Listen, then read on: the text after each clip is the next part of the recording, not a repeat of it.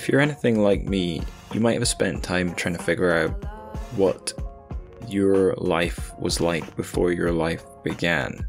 Or to phrase that in a less pretentious way, how all the things that became part of your life once you were born determine the shape of what your life would be. So like for many of us, a big part of that would be our family, what dynamics existed, what were the people and forces and dynamics that created us, and then how have they sort of defined the limits or the trajectory or the possibilities or even the secrets or the facts or the supposed facts that are later sort of complicated or deleted or exposed, that, you know, all these things that we tackle with, that is not proper English, all the things we deal with and tackle and are foxed and vexed by as we go from childhood to our teenage years to adulthood. If you're anything like me, these things will have occupied your mind and you might find it interesting to read about them, and you might even occasionally write about them.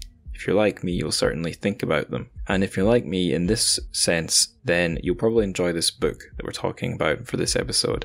It is Zhang Yueran's Cocoon, and the guest for this episode is its translator, Jeremy Tiang. Really exciting stuff.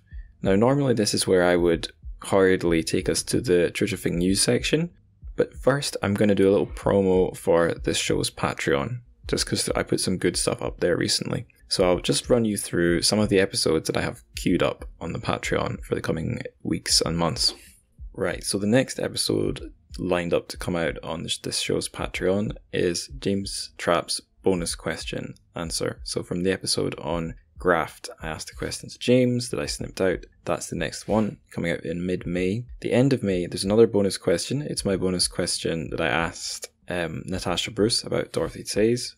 Well, a little interesting question about Dorothy Tsay. I asked Natasha, if you could put her in a room with anyone, who would it be? Midway through June is the next queued Patreon episode. It's my preliminary thoughts.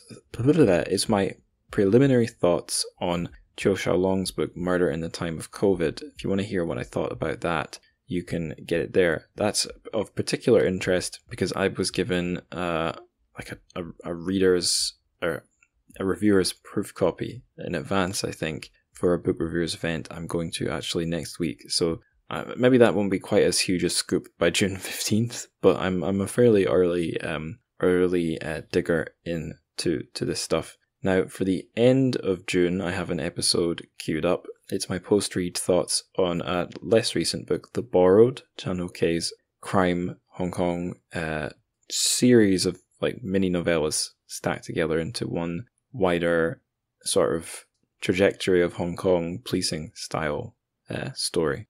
That's that one. 2 weeks after that, I have my post-read thoughts on Kevin Chun's Ghost Town, a piece of Taiwanese, very literary fiction. And then 2 weeks after that, we've got the answer to the bonus question in this episode that you're listening to right now on Zhang Yueran's Cocoon. So that's a whole queue that's going to carry the show's Patreon through all the way to summer. And of course, behind these, there's more than 100 other bonus episodes. If you'd like to listen to these, you can go to patreon.com/Trichific.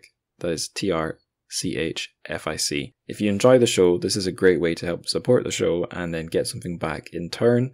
And of course, if you sign up, it's $1 a month minimum to sign up, and you're not obliged to stick around forever. If you have a really extractive mindset, or if you just don't have more than $1 to spare, you can sign up, download everything, and then quit after a month. And you know what? I still got $1 out of that. It's a bit, I would prefer it if you could make it a recurring donation. But the point is, it's a way to support the show and for you to enjoy these bonus episodes that I put a bit of time into making. They are a bit more rough than the main show, but you can hear my thoughts sort of off the top of my head very often, which is I can't really say what it is because I'm not objective on myself. But if you enjoy listening to me talk, there's more of that there. Okay, enough promo. Onto the Terrific News, the translated Chinese fiction news.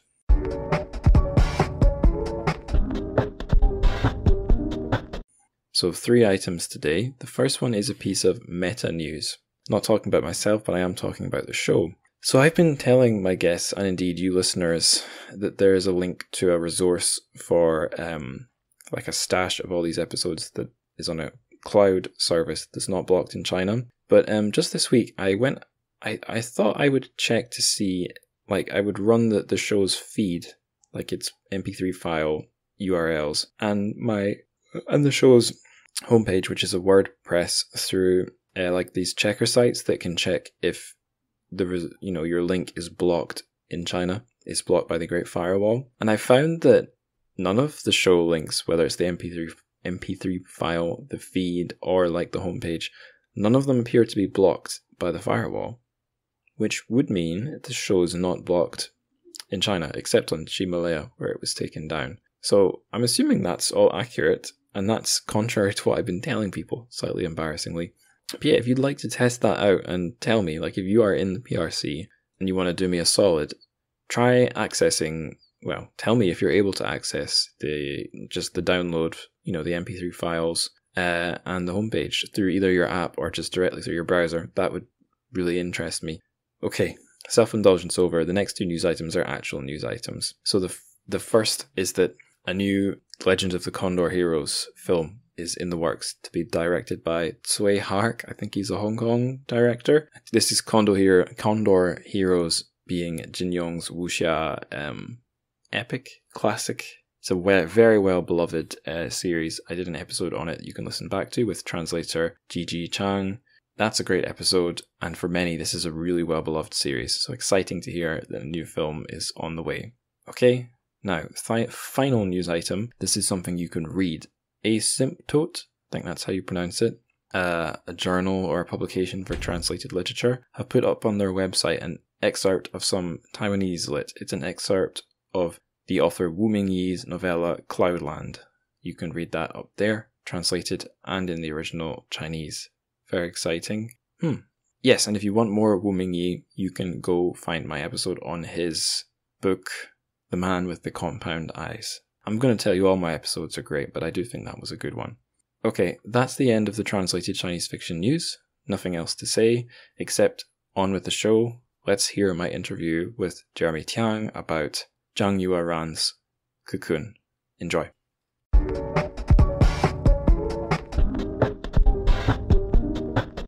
So on the show, we have a returning guest. It's Jeremy Tiang. Jeremy, really exciting to have you here. Last time you were on the show, it was alongside the author you translated, Yang to talk about Strange Beasts of China. What have you been up to since then?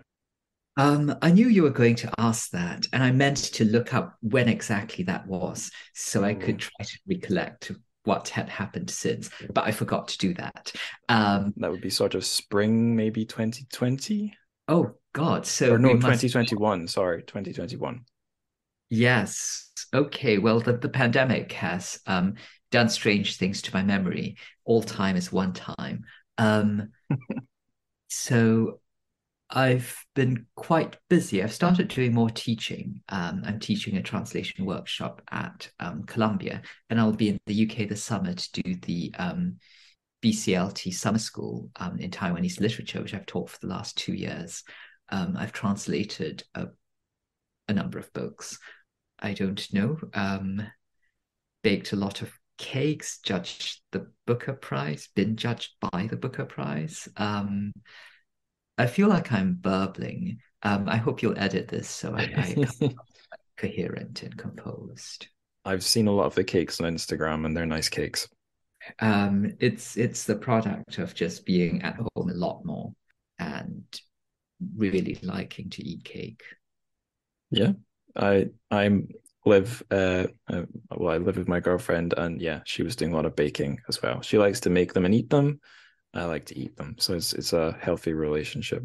Excellent. What else has been happening in your life, Angus? Oh, lots of stuff. The pod has trickled on. It did pretty well during pandemic. I was able to get through a lot more episodes. But since you last spoke to me, I've changed job twice. So I jumped to a pharma industry trade magazine, and now I'm semi-inside the University of Manchester as an editor, a deputy editor, for an organization that helps educate pharmacists. So I've accidentally become a sort of biology editor somehow, but I don't hate it. It's pretty fun. That's exciting. That's quite a shift.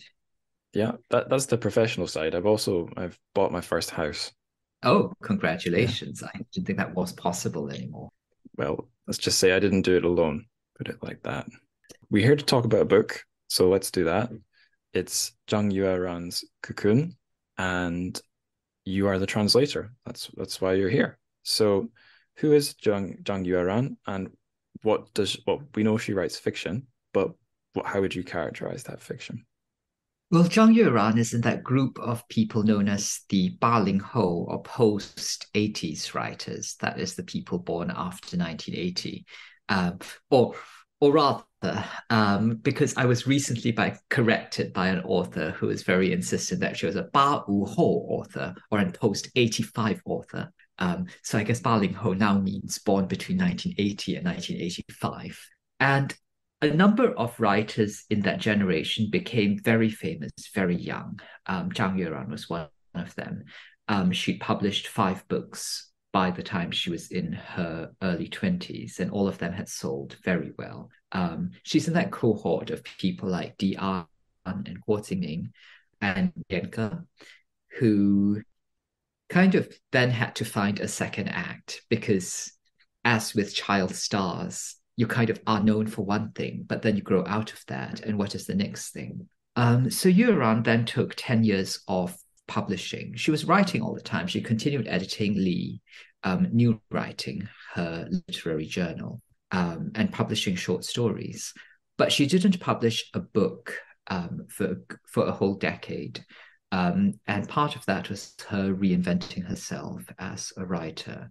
And then she broke her publishing silence with Cocoon and a collection of short stories at the same time. And they're recognizably operating in a different register. So her early work is very symbol driven. Like Jeanette Winterson, who was a big influence in her, she draws from elements of fable and fairy tale. Um, they are very eventful, melodramatic, kind of psychodramas. And Cocoon and the more recent short stories are much more subtle. They go more into psychological depth. In Cocoon, there are stretches where most of the action is internal. She's no longer quite relying on the big melodramatic events, although there are still some fairly significant events in the novel. But she's now writing at a more measured and more internal pace. So that's who Zhang Yueran was and is. And I have no doubt that she will continue to evolve as a writer. Right, great. So there's the theme of time coming up again. Coming up again. You said earlier, all time is now one time, but also we as people we persist and we change over time as well, and that might come up when we're talking about the characters in the book. So that's Zhang Yueran. That's what she writes, and that's what she's written. What about yourself? What's your relationship to her work? So I met Yueran in 2011. We were both doing a writing residency at the University of Iowa called the International Writing Program, where they gather a group of 30 something writers from all over the world and put them in this tiny university town in the Midwest for 3 months. And it's a little bit like a reality show. You're kind of cut off from everything there, and you write, or you get to know life in the Midwest, or you get to know your fellow writers. And we kind of became a little Chinese clique, me and Yueran, and also there at the same time were Dorothy Say and Su Weichen. And sidebar, as a result, I'm actually in Dorothy Say's book. I don't know if you've looked at the afterword. I actually have it here. Which book is this? Owlish. Owlish, right. Yeah. Not actually read that one yet. Oh, well, when you get to the afterword, she will talk about her life in Iowa City and refer to a Singaporean writer with an impeccable British accent. And I regret to reveal that that is me. Oh no, the secret's out. Is that have we got the first what's the word? Are we the first to take that revelation to press, or is that an open secret? I mean, anyone who wanted to find out could look at what Dorothy was doing in Iowa City in 2011, and it would quickly become clear that I was the only Singaporean present in Iowa Ah, City in 2011.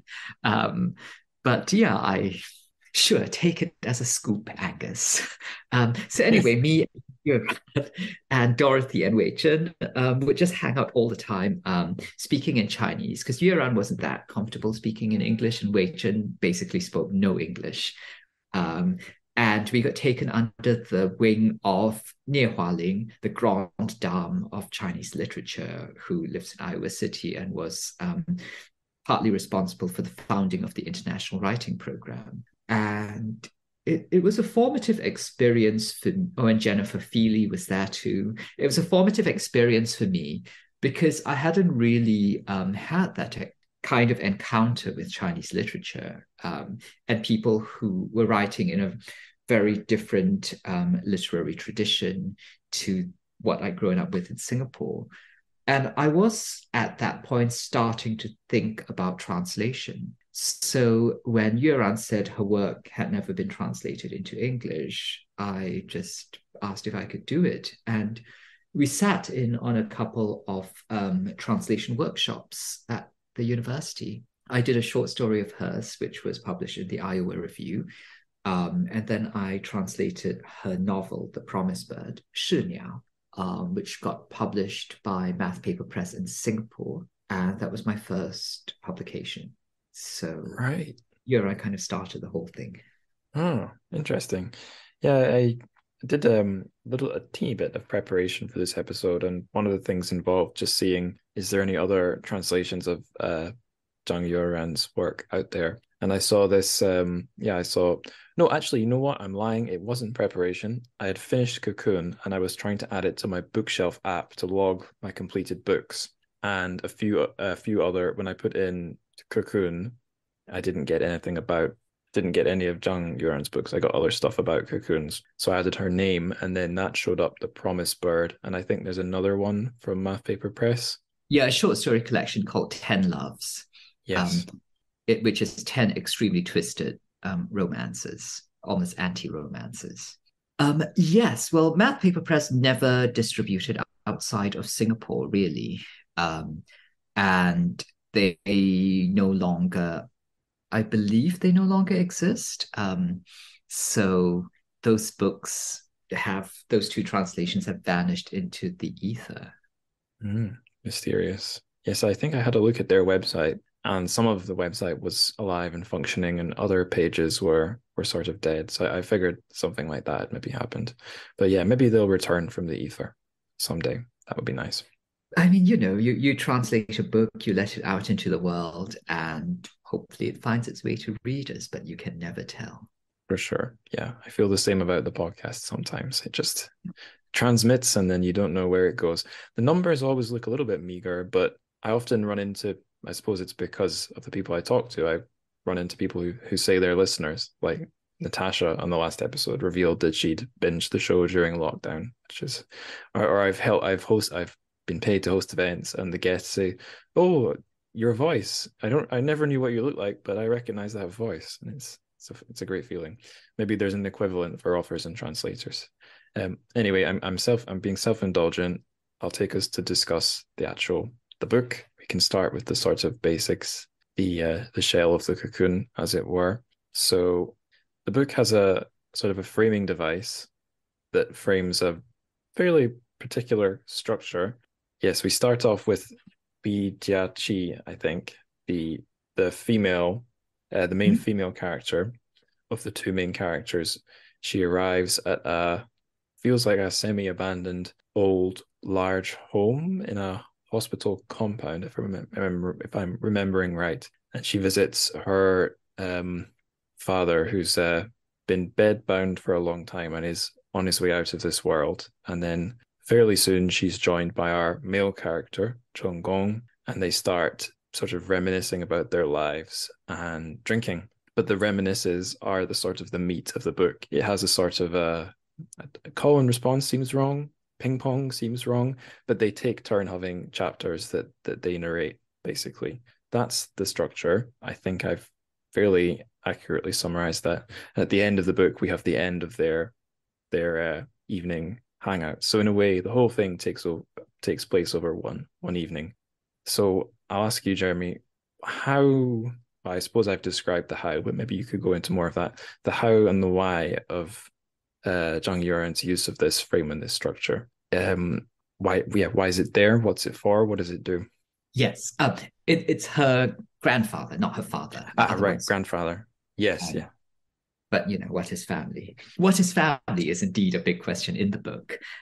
Yes, as you say, it's not quite call and response, and it's not quite a realistic conversation Mm, because they're speaking in these big chunks. And if you were to take it absolutely literally, which, to be clear, you're not meant to, it would look like they had just met and over the course of a single night just monologued at each other with their recollections. Um, but the book, I think, does take place in the course of a single night, but is in a space between dream and memory, where the encounter of these two childhood friends after so many years apart, just trickles this flood of recollection and also revelation, because now they're finally old enough to make sense of the things they experienced and the things they learned all those years ago, but as young children just didn't have the maturity to process. So that's probably a version of this that she could have written that's more real life, where sorry, your listeners can't hear, but I'm doing air quotes on real life, where they are talking as two people would after meeting for a long time and going, oh, did you see that? Oh, mm. right. So that's what happened. And there's a little bit of that. She puts in just enough to remind us that this is meant to be a conversation.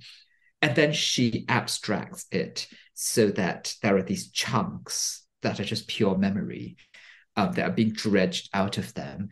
And the idea is that they stay up all night doing this. And by dawn, they've learned everything there is to know about each other. And they finally got out all of the secrets of the past.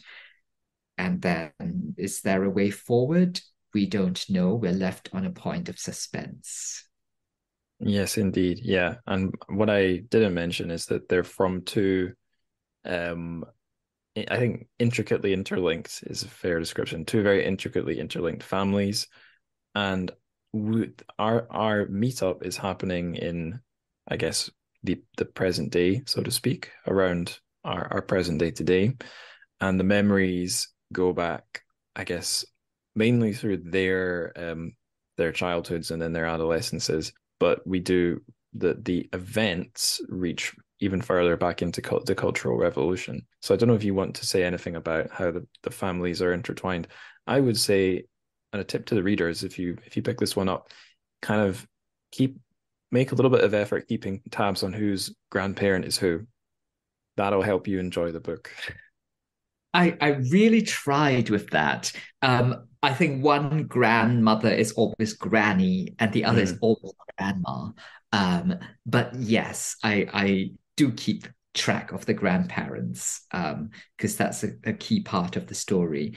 I don't actually think I can say how the two families are intertwined because that's a giant spoiler. Yes, Um, a central mystery.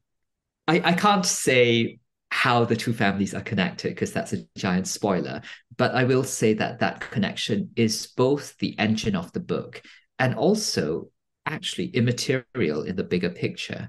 Because although this has been presented as a mystery story, and I suppose formally it is, in that it is a book where the key dramatic question is who committed an act of attempted murder. Um, but at the same time, Yueran isn't that interested in this question because it's more what that murder reveals about the wider society. So Yueran, being a post 80s person, was born just after the Cultural Revolution, about 5 years after it ended. And I think for that generation of people, the Cultural Revolution exerts this mystical hold because it's this cataclysmic event that you personally did not experience, but you can see the wreckage everywhere around you. But also, there's no way to process it because no one wants to talk about it, can't talk about it, will only talk about it in certain ways. Then you have the genre of 伤痕文学, scar literature, which, as the name implies, is basically trauma-based writing about the Cultural Revolution. But I don't know if that's the most helpful lens because it's only one angle and kind of presents the worst aspects of that decade. And I'm going to do a sidebar, and you can cut this if it's too much. Okay. But this was in 2012. I went to Beijing to see Yueran. I think this was after I translated The Promised Bird, and she basically kidnapped me. We were supposed to meet for dinner. She picked me up in her car and she said, I have a friend I want you to meet, and drove me to the outskirts of Beijing, to Xiangshan, where she introduced me to Zhou Jingzi, the playwright and screenwriter. And we went for a walk in the park and admired his calligraphy, and he took us to dinner. And he gave me his book, Jiu Dong, Ninth Building, which is a collection of vignettes about the Cultural Revolution. And I started looking for a publisher for, and it actually took a full decade before Honford Starr, who didn't even exist when I first encountered the book, agreed to publish it, and then subsequently Open Letter in the US got the North American rights. And so as it happened, I was translating these two books more or less in parallel. Ninth Building, which is about the Cultural Revolution, and Cocoon, which is about its aftermath. And what I loved about Ninth Building was it was a very quiet account of the Cultural Revolution, which in some way made it more devastating. It wasn't about the struggle sessions and the torture and the murders and the destruction of property. It was about the grinding monotony of day-to-day life when everything had stopped and you weren't allowed to do anything, and you were sent to the countryside to work on the land, and your whole life was just put on hold for an entire decade. So Zhou Jingzi and many others like him basically just lost a chunk of their life from their mid-teens to their mid-20s. And how you recover from that, how when society reopens, you just go, okay, we're just going to pick up where we left off. And then what happens to the generation after that? And of course, in Cocoon, that is a central part of Li Jiaqi's family dilemma, that her father, who is from the city, married her mother, who's from the countryside, because he was sent down there and it looks like he would be there forever. And then when the Cultural Revolution ended and they came back to the city, her mother, being a countryside person, just could not adjust to life in Zinan. And so that was the central rift in their family and the source of a lot of the tragedy that comes after that. So there are all these ways in which the Cultural Revolution is present in Cocoon, even though it's not really referenced directly. And yet all of the significant events in the book really took place before either of the protagonists were born. Right. I may have brought this one up before on the podcast, but I'll mention it again now, whether or not I did. In my third year of university, I did a module on children's literature, and that was one of the more interesting ones I did. And I remember one of the papers we were given to read had quite an interesting point to make about a sort of commonality between a lot of children's lit, especially stuff that's maybe for older children, is that often if there's a mystery, the drama and the mystery of the story are about finding out where you came from. Because when you're a kid, it's not long since you entered the world from the nothingness. So the central mystery of your life is what was there before I was here. And, the first place to look is probably your family. And I suppose it so happens with the Cultural Revolution, it's very hard to separate. Well, it's not hard. That's a poor phrase. The Cultural Revolution is not really a separate thing from your family, because the way it affected so many people so directly. Like if I was to think of the big historical event that came not long before I was born, it would probably be the end of the Cold War, but that's had nothing to do with my family, really. There's still something mysterious about it, but it's not really it's like a little leaf compared to the mountainous effect that this would have had on these main characters. I was going to ask you later, but I think I'll ask now, since like trauma, scar literature and all that has come up. While like running and working on this podcast, I've read a lot a lot of stories that are set in or around or reflecting on the Cultural Revolution, but they've almost always, or maybe have always, been by older authors, usually men, and they usually have a very different tone from this book. So I don't know. I just wondered, as a reader or a translator, if you felt there was a really distinct difference in how these things are handled in Cocoon, be it in style or just the choices of things to focus on. You mentioned that it's maybe a bit quieter, but how about just like Yueran's stamp as a writer versus, say, someone like Yuhua? Well, a lot of that is generational, I think. They're just reading different things, participating in different conversations. I would say the perhaps the more interesting difference is between Yueran and her peers, Right. because a lot of the writers of Yueran's generation are writing these books that are set in a kind of very abstract space. Like Strange Beasts of China is set in this kind of somewhat imaginary city that may or may not be based in a real place. Um, Tiang's early novels, the quartet of Dragon City novels are set in Dragon City, which is this imaginary place that doesn't really seem connected to anywhere. It's just this disembodied location. Um, Whereas Yuran is writing about a very real Zinan, the city she grew up in, and a very real past, and really digging into the history of everything that's come before. So this feels like, and I don't want to exaggerate, she's not alone in that, but it does feel like a shift in tempo for her, um, even from her earlier work. Where a lot of it is set in a somewhat magical space, like The Promised Bird, which is set in medieval Southeast Asia. In a Really, a lot of it is set on a tropical island in a pirate ship, and it's intense and swashbuckling and great fun, but kind of not connected to real life, whereas this is intimately about people's real existences and just having to deal with the fabric of history and generational trauma. I guess perhaps comparing her to people like Yu Hua and Mo Yan, and that whole cohort, she has distance. Because she didn't live through it, she can maybe take a step back and view it with some clarity. She can look at the lingering effects, not what happened at the time, but what happened in the decades after, and how, because there's never really been a reckoning, the trauma Mm. lies buried, festers, much like a nail in someone's brain. Indeed, yes. Never know what nail's gonna do to you once it's in there. I will ask you the next question I had written down, rather than flowing. Actually, no, I have one in my head I wanted to ask before I take one from the screen. I want to ask another question about the Promised Bird. Do you think there's a common thread between those older works of Yueran's and Cocoon, or are they really is there nothing that really they have in common apart from having been written by the same person?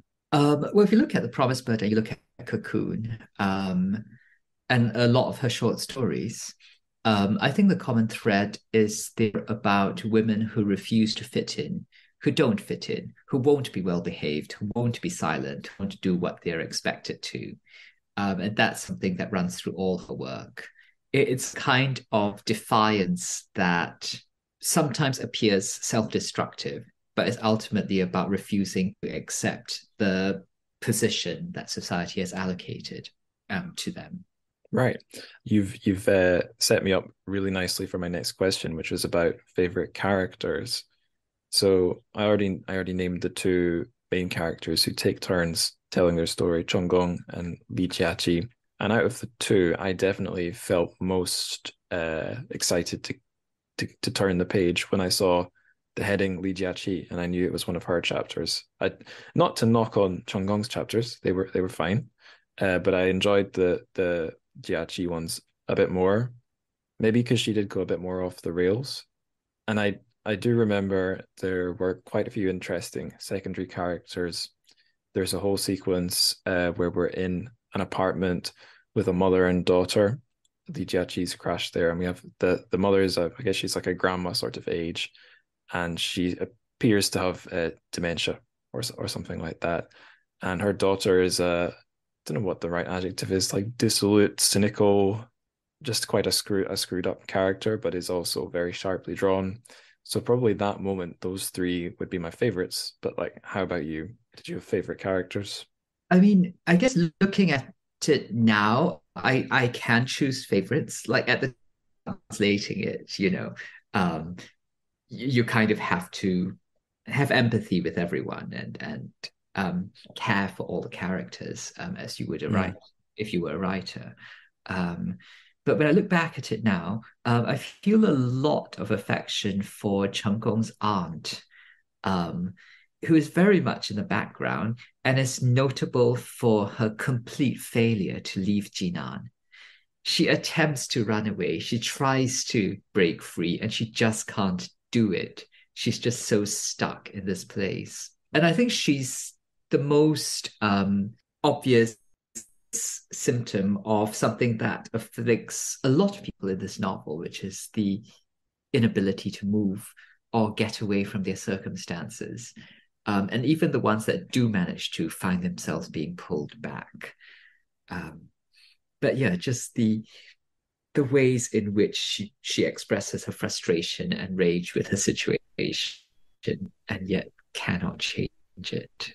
I have two questions here I'm going to package together because I think we've sort of touched on both of these, but I think we could go a bit deeper. I wanted to ask first if the book is in your mind a challenging read, and then also what you think the literary style of the book is, and then I'll ask you after we've done this. I'll ask you about how you went about translating it. But yeah, what do you make of the style, and what do you make of like how much the readers got to put in? I noticed in the there's a in the uh front cover sleeve there's a very cool thing the publisher's done. They've got a quote from the author, a quote from yourself, the translator, and one from the publisher. And you said that you can't wait for Anglophone readers to come under the book's spell. And I thought that like that was a really close match from my experience reading the book. I was reading it at a train station and on a train, often on my phone actually, and something about that was very spellbinding. So yeah, is it spellbinding? Is it something else? Is it easy read? Is it tough? Because I found it easy and tough at the same time. I suppose it's easy in that it's very fluid. Um, and Yueran is such a good storyteller that she draws you in and you just want to know what's happened next. So, in that sense, I suppose a book is easy to read if you can't put it down, if it makes you keep going on. Um, I would say that the mode is lyrical. She's spellbinding because she's almost creating a kind of music. Um, and it's hard to describe, but as I was translating it, I felt this atmosphere that I then tried to transmit in English. Um, but it's this version of China that is very much Yueran's. So it's like trying to see the place through her eyes in that very specific and particular way, and to recreate that, to enter into her world, and to make others see it the way she does. So it's challenging, I suppose, in the sense that it's not told in a linear fashion, and you do have to do some work to put the pieces together. And thread all the various flashbacks into chronological order to understand fully what has happened. All the pieces are there, and by the end, you have everything you need to understand what has gone before. But because it's not told in a straightforward fashion, it might take a little thought to make all of the connections.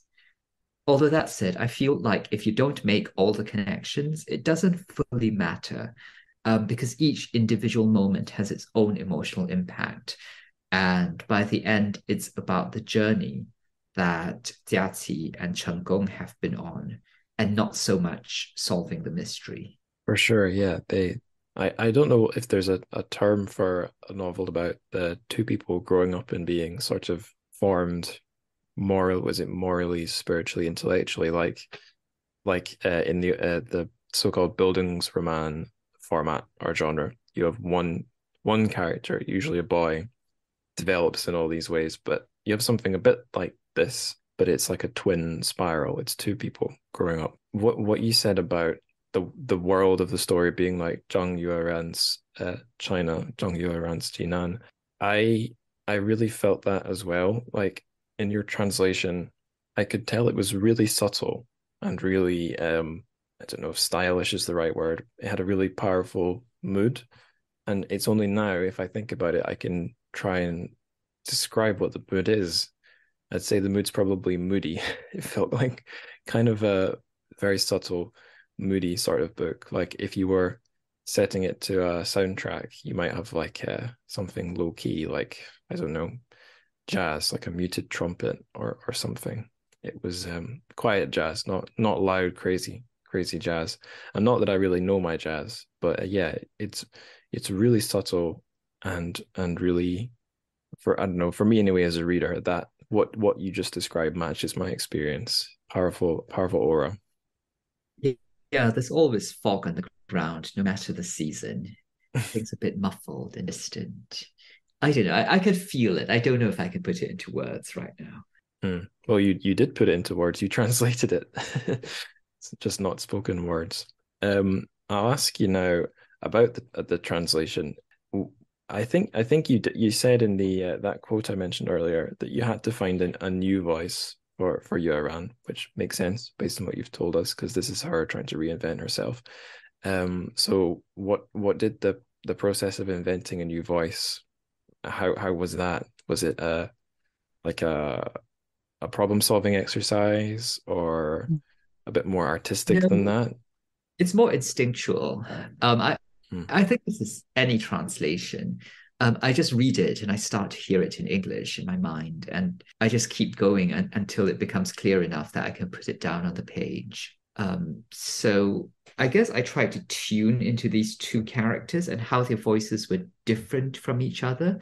They're actually very similar. And I felt that I wanted to preserve that whilst also helping the reader to distinguish between them and to remember what time period we were in. So a lot of it took place in their childhood in the 80s and early 90s. So not to do anything too contemporary. Um, and yeah, just kind of, sense the vibes of the original and replicate them in English. Right. Yes, I was tempted to use the word vibes earlier, a vibes-based story, but I didn't want to sound too flippant. Yeah, that makes sense. Yeah, in the episode I'm just editing right now, I brought up the term aphantasia, which is I think that's possibly a trendy word right now online. It's an inability to uh, think in pictures, like to create mental images, because yeah, I even looked up the Mandarin for it and promptly forgot it. It's got the character for Juan, like Ke Juan de Juan in there, and I remember the third character is the character for sickness, but I can't remember how that's written or said. But anyway, the translator was saying how he sort of thinks of comes up with the right word or the right tone and was describing mental images. And now we're looking at you've mentioned another side of it, the sort of the mysterious process that we think verbally or even yeah, I guess there's the verbal side where you're thinking in language and that sort of blurs into your ability to hear someone's voice. And I don't know, these things, I find it so interesting, but trying to latch on to how people think is like grabbing at water. It's Yes, but I guess also because I have aphantasia, uh, oh right. so I can't really do that thing of you read a description and then you picture it, and you so Huh. I kind of have to draw a picture or use Google image search and some combination of Google image search and Google Earth to kind of build a collage that becomes my image board. Um, like obviously I can see recognize images when I'm looking at them. I just kind of Mhm. need to have them in front of me. So Interesting. Yeah, I don't know. I had always thought I was odd because people would talk about reading books and imagining what the characters would look like or seeing scenes from the books. I don't have that. Um, Oh, right. so yeah, so I build these. I don't use Pinterest, but effectively they're Pinterest boards. Right. Right. Cool. I think when I first heard the definition of aphantasia, I had a panic moment of felt self-diagnosis. But I think for me, I do automatically form mental images. It's just if I force them to appear, they of course slip right out of my grasp.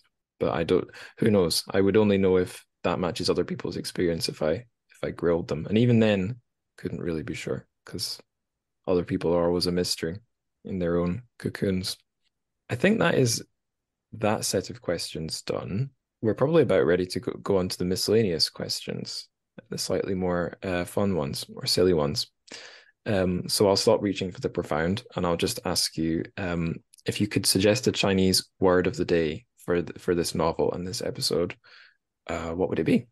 So this is probably cheating, but my word would be Jian, which is the title of the novel, and means cocoon.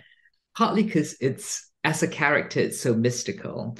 It's the character of a chong or insect, worm, bug with a cao which is the radical for plant.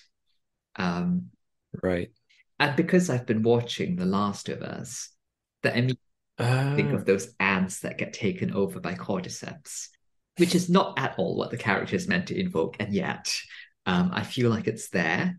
I don't really know the etymology of this, why a cocoon is an insect that has is somehow a plant, unless maybe because it's attached to a tree. It's the grass yes. radical. But also, the word jian is used to mean callus, as in the calluses you get on your fingers. And Ah, I have a writer's callus because I do a lot of drafts by hand. So I've kind of got a callus on my thumb where you would, where I hold my pen. So I like that that's that resonance as well. nice. I'm having a really tragic moment here where I remembered the character because I remembered it had the Chong bug in it because I looked at it a few times in the copyright page and now I've typed in Jian into my Pinyin keyboard and it's not coming up. Must be way down there. And I don't have the ability to draw the strokes. But I'm going to pat myself on the back for realizing that was and you've done me a solid. You sent it to me. Yes, I was begging without asking there, wasn't I? Thanks. I'll take us to the next one. So if you could set the if if we were making Cocoon the TV show or Cocoon the movie, and I feel like it might be suited to TV format, but that's a whole other question. If we were setting music to the soundtrack, do you have a piece of music you would pick? Um, do you know the singer Pu Shu? I don't. He has this song called Susan's Dancing Shoes. 苏珊的舞鞋。山给的舞鞋，等待他离开整待世界，像个念。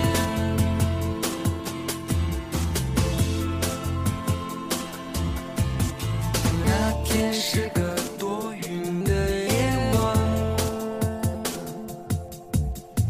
他分了我便飞上了天。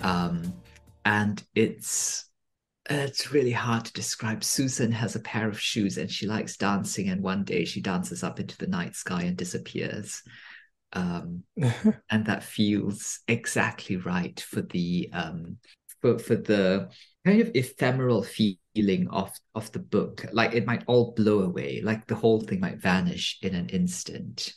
It's really hard to explain what the song means. Which I like. Like it makes a kind of emotional sense to me. Um, but if you try to deconstruct it, you're like, is she actually flying? What's going on? And it's best not to think about that too much. Yeah, music's got that. I mean, I was saying before about how thought is this hard thing to grab onto, and yeah, music is just like that. It's hard to say how just sound, even without words, how sound can make you feel how you do. I've picked a song that starts out nice and subtle, then maybe does get a bit too cinematic for the story to quite work, but it is from an album called Late Night Cinema. Uh, it's by an artist, or a pair of artists who go by the name Blue Sky, Black Death, and the track's called Forgive Me. It's a whole album of instrumentals.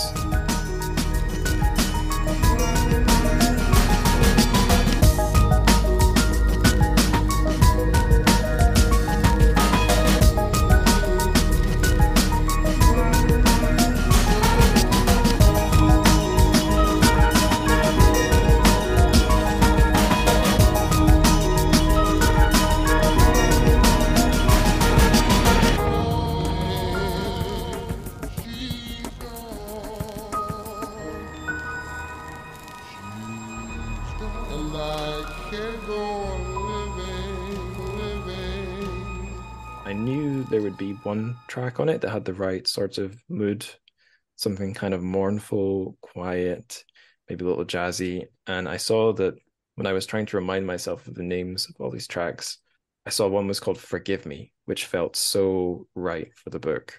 And sure enough, Forgive Me had just the right sort of mood for Cocoon. So I won't say any more. I'll just say that links to myself and Jeremy's choice will be in the show notes. Listeners, have a listen, and then when you do get to reading the book, think back to those songs, see what you thought. I'll take us now to the next miscellaneous question. This one is the bonus question for Patreon. I'm not sure if I was doing these last time you were on, Jeremy, but essentially I'll be snipping this out of the main episode, sticking it on the show's Patreon feed, and people who are subscribed will be able to hear it. On the main episode, we'll just hear me asking the question, and then blah, blah, blah, some sped up noise. So the answer has to be like extra special to make it worth. Yeah. It's funny. Some of the questions and answers they're real gold. Other ones, I wish I'd asked a better question. So we'll see how we do here. So it's just this. What's the significance of the title? I suppose we've sort of touched on this, but what is the cocoon in the story? Because I feel like it's simultaneously hard and easy to figure out who's inside a cocoon. Is it the two mains? Is it just one of them? I don't know. What's your feeling?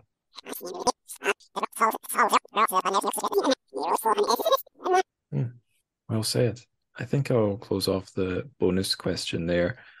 I have I don't know what is a synonym for bonus? An extra question that sort of occurred to me. So the last two episodes that I did interviews for, one was Lee Pei-Fu's Graft, which has dysfunctional romantic and family relationships, and then it was Dorothy Tsay's short story Quarantine, which had a micro level, a sort of weird, messed up family. And that's something I've been kind of thinking about, because I think in I really don't remember where it was. It might have been in the Graft interview. It might have been somewhere else. It might have been because I'm thinking about doing an episode on Dream of the Red Chamber. Something about, there was some passing comment about the influence of like a family that destroys the individual. You know, that is what sort of Dream of the Red Chamber is sort of all about. And then you see it almost, I don't know, revived in a new iteration in Bajin's novel Family. And I think whatever point I stumbled across, I don't remember who said it or who wrote it, was saying it's a motif you can sort of see in a lot of other books, entries in Chinese lit. Although then, of course, maybe that's just true for books that human beings write, because we're all from families that are at least a little bit screwed up. Do you see anything like that tradition here, or is it just a more general human thing of we're all from families, they're all at least a little bit messy? I think it is. I have heard Yueran talk about how a lot of this is the legacy of the one-child policy. And Right. when you have an entire generation of only children, I think that does something for you, to you.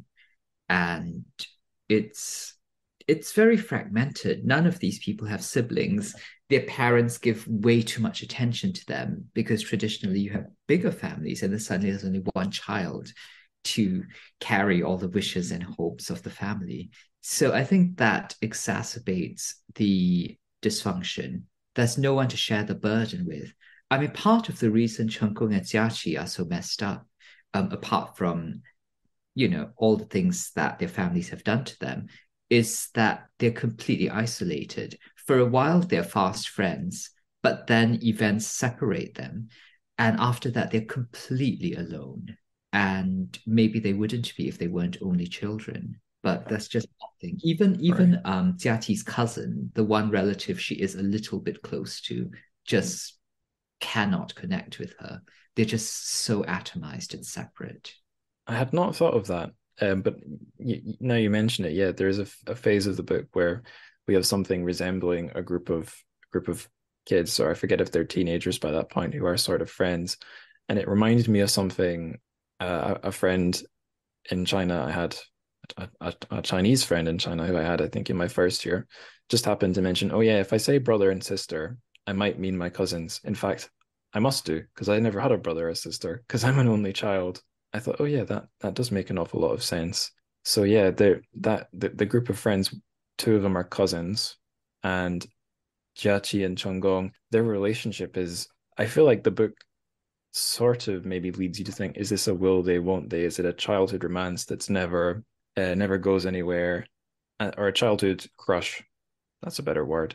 That never goes anywhere, and then they're going to meet up again in the present, and then they're finally going to get married and live happily ever after. But no such thing happens, and it occurs to me now, maybe the really important thing is that just having a relationship as peers is something playing the role of siblings is what they really needed, because I think that's left pretty open as well. As the reader, you maybe just project on what you want them to be, if it's friends or something else. Sure. I mean, part of this is just the expectations of a heteronormative society, where if you have Totally. a female character, of course, that's where this is going. Um, I just don't think Yueran's that interested in the question. And as you can see from their individual encounters, neither of them is the other's type at all. Um, but also, because they were such close childhood friends, I think it probably would feel a bit like incest. Yeah. Yes, I realized that was sort of in between the lines in what I was saying there. Yeah, you're right. They're not each other's type. I feel like saying why is a bit of a spoiler. So, I'll take us to the wind down questions. Um, this one I think is probably the hardest question, the hardest consistent repeating question I think I ask, and I feel that because I usually try and answer it myself as well. But whatever, we'll see where we go. If listeners want more like this book, where would you direct them? Well, this is going to sound a bit self-serving, but just because I can't think of a better answer in the moment, Shuangshuetao's Rouge Street has a similar vibe, which is young people meeting after many years to resolve the issues and traumas of their childhood. At least that's the first of the three novellas in the story.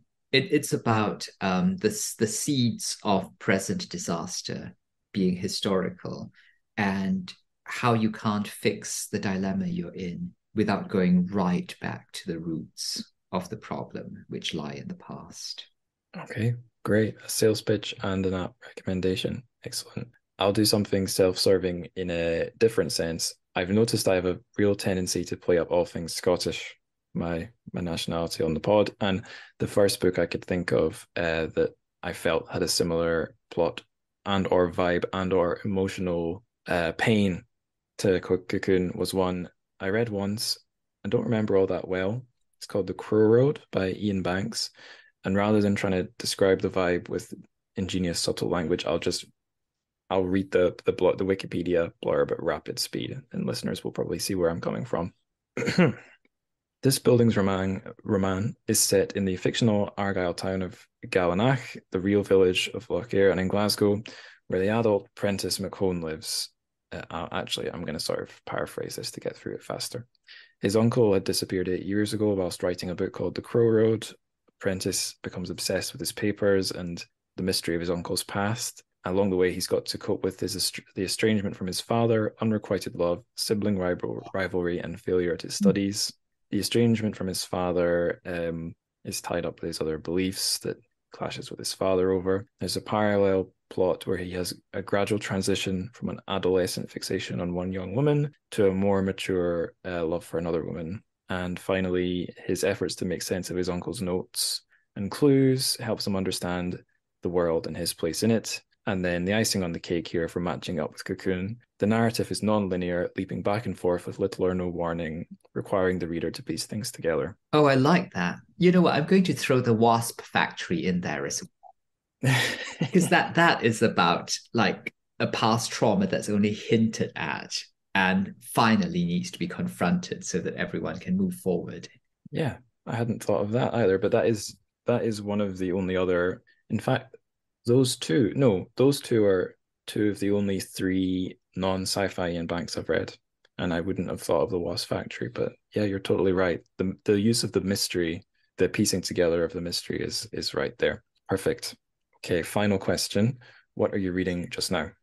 So I'm reading a book by the Malaysian author Gong Wanhui, called 人工少女, which I don't quite know how to translate. It's not the mechanical girl exactly. I think the man-made girl is closer, but that seems a bit pointed in English, because 人工 doesn't have that connotation. So the human manufactured girl, I guess.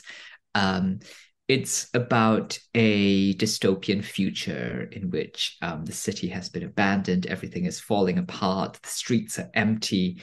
And what disaster is this? And as you read the book, you realize that it's a somewhat amplified version of March 2020.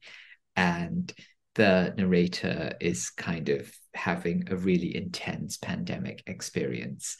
And some of this might be hallucination or memory, or perhaps this is a fictional version of the pandemic that went a lot worse than it did. I'm still quite early on, so I don't know which of these versions it is, but I'm really into it because I think it's a pandemic novel that's also not a pandemic novel.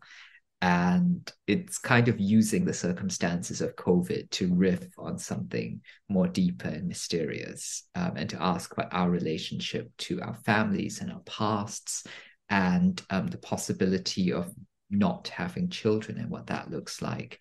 And there are a lot of cats in the book. Yeah, that always helps. I hope the cats are doing okay during the pandemic. They're flourishing, actually. It's the humans who aren't doing great. Mhm. Yeah, I haven't read a single pandemic novel. I guess I haven't had time to find one, unless you count the one that predicted it, Ling Ma's Severance. I don't know if do you know that one? I do, yes. That's one of the best books I've read in ages. It's so good. But I think I've already enthused about that one on the show. Definitely on the Patreon feed. Well, I'll drop in a recommendation for The Last of Us, the TV adaptation, um, which is Right. not a pandemic show, but might as well be. Right. Yes, a few people at my work are watching that one, and I'm naturally skeptical of anything that's derived from a video game, but I've heard this one's good. I mean, I haven't played the video game, so I can't compare it. I think it's a smart adaptation. There are definitely scenes that I can tell are referencing the video game because they're kind of running in a way that no one runs in real life. And also, there are some things that I just kind of feel like probably were just taken straight from a cutscene.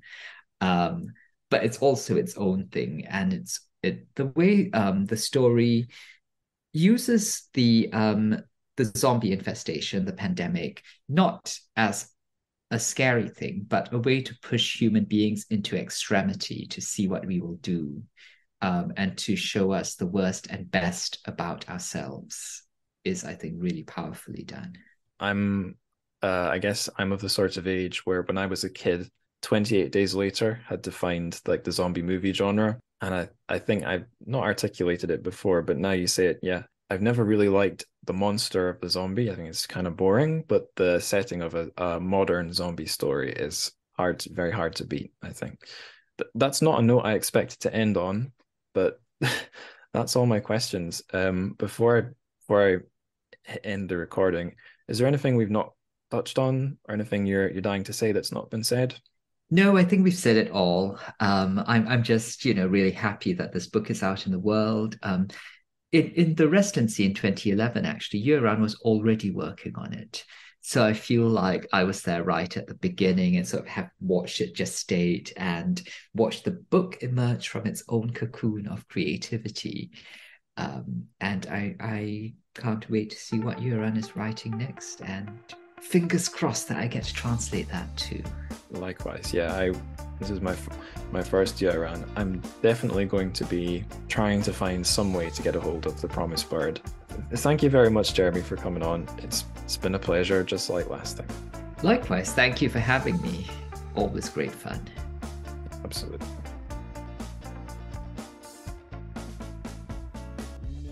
And we've reached the end of the episode. A huge thank you to Jeremy for coming back on the show. If you really enjoyed listening to him talk, then do go back to the Strange Beasts of China episode where he's on with the author he translated, Yang, talking to me, obviously. That is a very fun episode. I am not going to dilly-dally here. I am just going to say, if you enjoy the show and want to give feedback or find ways to connect with me or indeed with other listeners, there's a whole lot of social media links in the show description, which I usually call the show notes. But here's the handles, just if you want them in your ear right now. The show's podcast Instagram. That's a redundant doubling. Let's just say the show's Instagram account is @Churchfic, @TRCHFIC. On Twitter, it's just me, basically. So @AngusLikesWords. There is a show Discord. There's a join link to that in the show notes. It's a very quiet Discord, TBH. But if you want to throw out a question to other listeners and to me, that's a good place to do it. Of course, the best thing you can do, as always, is to spread the word. Tell your friend. Tell your teacher. Tell your grandfather as he lies in a coma with a nail embedded somewhere in his skull. Gosh, that's a bit dark, isn't it? Because maybe he can hear you, maybe he can't. Sorry to put that one out there, but we are going to have to end on that. Really sorry. So until the next episode, 再见.